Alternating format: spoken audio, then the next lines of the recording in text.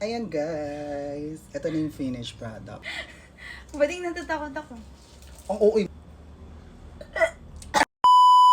Okay guys, para to sa mga nagtatanong ng recipe and video tutorial guys, ito na yun. So meron akong 4 na lemon dito, 70 pesos to. Tapos itong main ingredient natin, itong ginger, 3 to, pinabalatan ko lang yung 2.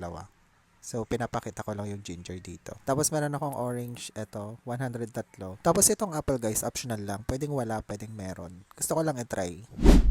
Ayan, so prepare ko lang, hiniwa-hiwa ko na. Gagamit ka pala ako ng juicer dito para mabilis. Kung wala naman kayong juicer, pwede yung blender o yung food processor, pigain nyo na lang.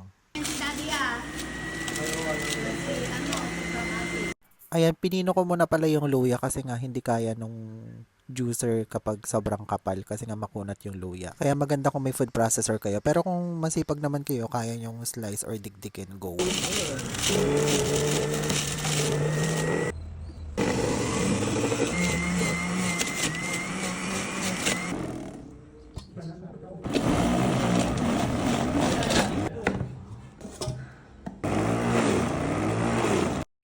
Ayan guys, ito na yung finished product. Ito na siya lahat. Taste test! Asan na yung shotting glass? Andito. Ayan, literal na na ginger shot. Dito ka para makita ka. Papatikim natin sa ating Nakikita naman ako. beautiful cousin. Perfect. Bading natatakot ako. Ang OA mo. Pag Ayaw ko nga sa luya.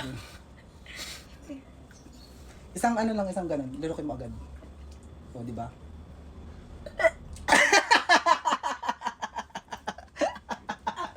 Sobrang anghang.